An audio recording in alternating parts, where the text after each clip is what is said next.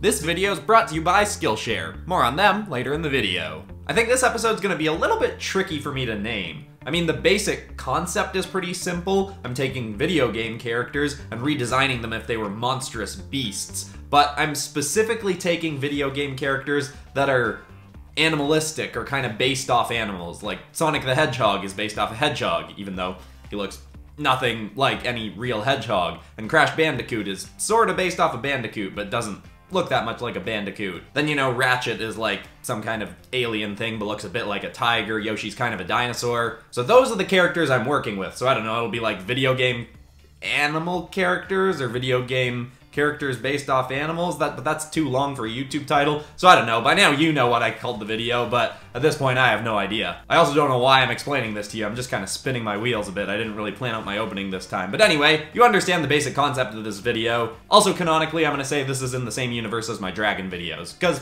why not? Also, I don't love that in all my videos lately, at the start of the video, I'm telling people to like and subscribe. But since I've started doing that, the amount of subscriptions I've been getting lately has been going through the roof. So I guess we're just at a place where I'm doing that now too. Liking helps with algorithm stuff, and apparently subscribing does too. So do those things if you want to. But anyway, enough rambling through this opening, let's get to some scripted stuff, jumping into the lore with the first character, which is Ratchet and Clank as a beast.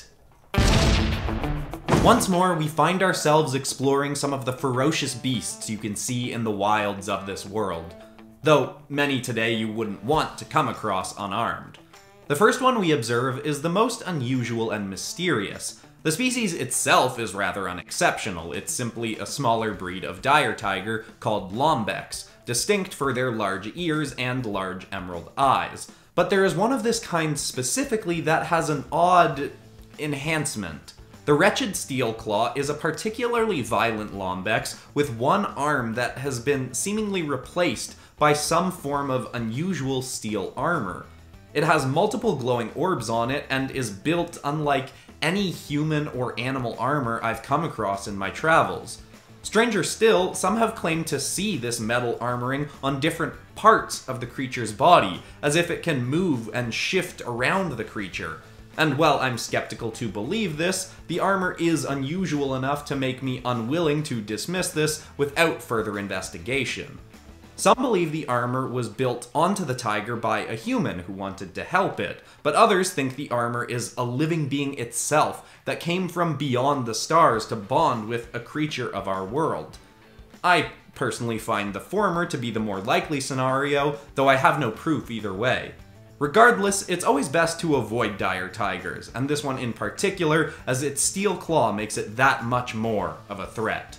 Now, since the trailer for Ratchet and Clank Rift Apart came out in August or so, I've been wanting to do something with these characters, but I didn't know what until this episode. They seemed like a perfect fit for this one. I haven't actually played many of the games. I've played parts of some of the older ones, and then I played one, I think all the way through, whichever one came out for PlayStation Portable when I was like 15 or something like that, and I remember really enjoying it. But mostly I like the design of Ratchet. That's probably because he's kind of tiger-ish looking, and tigers are one of my favorite animals. So I knew it would be a lot of fun to make this a kind of beastly tiger-like animal with the big ears that Ratchet has. And then, of course, anyone who watches this channel regularly will be able to see by now that I had fun making this character into a biomech. Which, if you don't know what that is, you can watch my original short story episode, Biomech Kayla, and a bunch of my subscribers this month are working on designing their own biomech characters. And I could have just drawn this creature as Ratchet without any Clank elements, but when I had the idea to make the character a biomech character and work in some kind of metal arm that's inspired with design elements from Clank,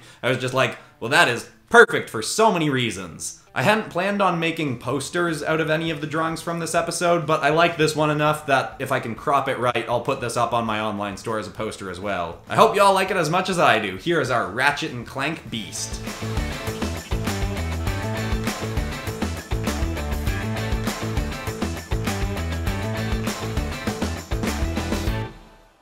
The next beast we observe is actually a distant relative of a dragon we've discussed previously, though this beast is not classified as a dragon itself. The shell-backed wild tongue is a vibrant green creature with a small red shell on its back. They're not inherently friendly, but when tamed correctly, they can be used as versatile riding beasts, as their shells make for easy saddle mounting. These creatures can run up to 80 kilometers an hour, leap great distances, and seemingly eat anything that will fit in their mouths. As their name suggests, they have long, sticky tongues, similar to the leaping wild-tongued dragons. The most bizarre thing about these creatures, though, is their digestive system. You see, these beasts have a tendency to swallow other smaller creatures whole. If their body deems they've eaten something not suitably nutritious or safe, instead of being digested, the creature will be encased in an egg and then laid as if the wild tongue is having a baby. All this can happen in as quick as a minute, so if the devoured creature has managed to hold its breath long enough, it could hatch itself from the egg and continue on with its life, though highly traumatized from the experience. Since these creatures are commonly domesticated and properly trained, they're not ones you need to actively avoid, but if you do see one in the wild, best to stay away, as you never know how hungry a wild one may be. Now, Yoshi was the last character I decided on for this episode, but the one I was kinda most excited for, which you can probably guess is partially because I just kinda turned him into a more monstrous version of himself, and made him look kinda like one of my dragons, or maybe more similar to a character from one of my dinosaurs episodes. But, as people who watch this channel regularly know, my dinosaur episodes are kinda just a light version of the dragon episodes. Weirdly enough, my favorite part of this drawing is what I did with his hand. It's just the size of it. I think it looks kind of cool and a bit creepy. His eyes are kind of creepy as well. I struggled with them a bit in the roughing stage, trying to decide where to put them and how big to put them, because they're just sticking out the top of Yoshi's head. I kind of like having them out the sides a little bit. It does make him a bit eerier and weirder looking, which works for the sort of beast elements of this episode. But that also kind of leans into something I struggled with a little bit for some of these drawings, which was how much should I change the characters from their originals. This is something I struggle with a bit more in the next drawing with Crash Bandicoot, where I make him look a little bit just like a bulky version of himself a bit. But I think this drawing, I found the best balance of all the ones in this episode, where it's very clearly Yoshi and has a very similar shape, but is different enough to look beastly and monstrous. I think I might still like the Ratchet and Clank drawing better, but I'm very happy with how this one came out. And I hope y'all like it as well. Here it is.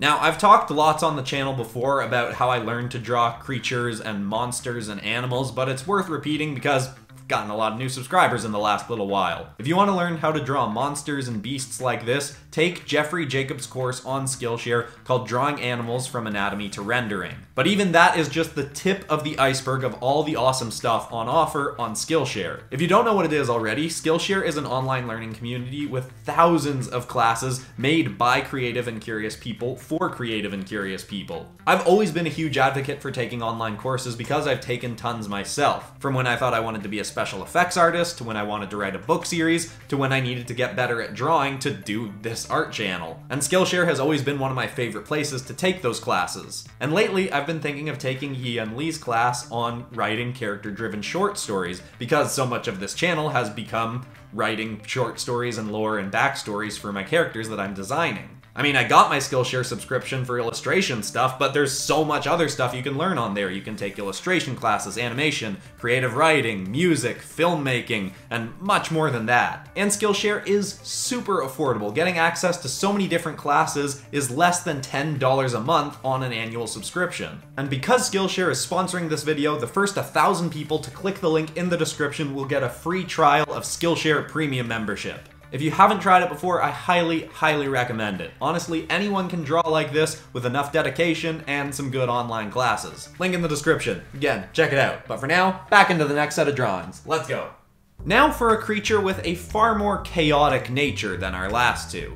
The Whirlwind Banda beast is a type of large ape, with some similarities to Australian bandicoots, hence its name. It is an orange and red furred creature with a large upper body, long snout, and massive ears.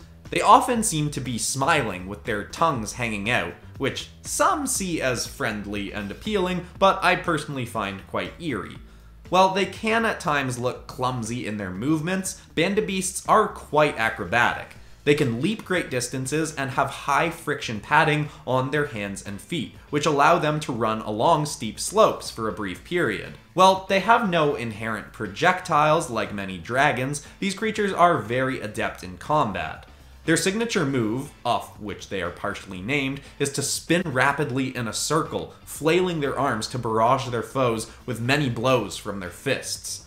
If this doesn't work, they've also been observed to leap above their foes and body slam them into submission.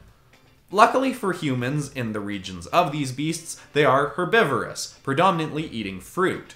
This was not always known, as they do have carnivorous-looking fangs, but these have been found to simply help them bite through the shells of some tougher nuts when they find an opportunity to eat those. These creatures have no reason to attack humans, but if you give them one, they won't be shy about directing their chaotic movements towards you, so mind yourself when in the presence of a Banda beast. So as I started talking about during the last drawing, this one I think turns a little bit too much into just a bulky version of Crash Bandicoot. I mean, there are things I change. Obviously, I don't give him clothing. I tried to make his fur represent some of the stuff he does wear, so later on I changed the fur around his legs a little bit to be a little bit pant-like, which I don't know that I necessarily needed to do that, and might have even made it look more similar to the character, which isn't quite what I wanted. I did add a tail to the character as I looked at images of actual bandicoots and saw they had kind of rat-like tails, and then I put a little tuft of fur at the end just because, I don't know, I like the look of that. But the main thing that I was focusing on in this drawing, and in a few in this episode, was how I'm rendering fur. I've talked before about how I don't have a usual process for that, but during the last community-focused episode when I was coloring, I think it was Sad Dragon Child's cat character, I was rendering out fur in a way that I really liked, that I think works really well for my sort of cartoony art style, that I was like, I want to practice that more, and this episode gave me an opportunity to do that. And I think while this isn't my favorite design of the episode, I do like how the rendering on the fur turned out. But you can all let me know what you think in the comments. Here's the finished version.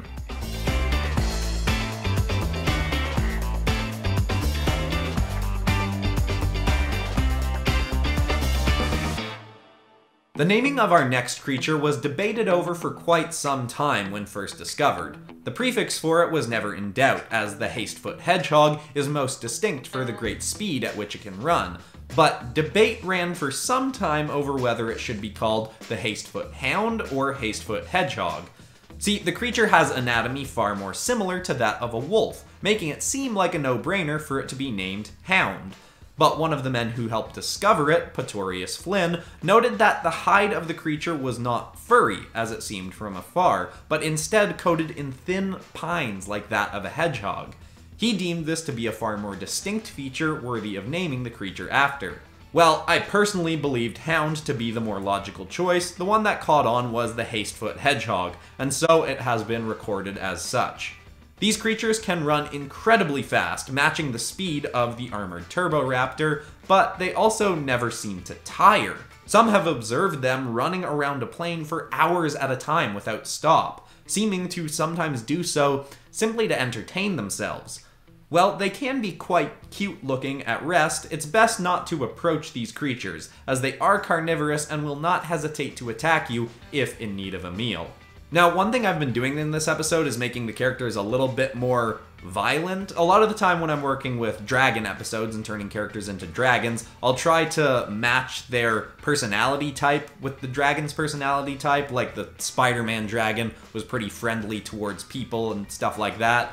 With this one, because I was doing beasts, I was kind of like, I kind of want to make all these characters a little bit more on the violent side. I feel like I should have a better explanation for that, but I don't know, it's kind of just what I was going with for this episode, and I hope people enjoyed that. It gave me more of an excuse to make these characters a little bit more cool and vicious sort of looking. With this one, I had a little bit of a tricky time with the design, trying to make it more interesting, just because I've probably talked about this in the past, just how simple Sonic's design is, that there isn't a ton of stuff to pull from to work with and add design elements to the character, so this kind of does just look like some kind of big muscly wolf, But again, I was kind of focusing more on the rendering and how I'm rendering muscle under fur and stuff like that. And for those purposes, this was, I'd say, a successful experiment. I like the rendering, not quite as much the design, but overall still happy enough with the drawing. So I hope you all like the last one of the video. Here it is.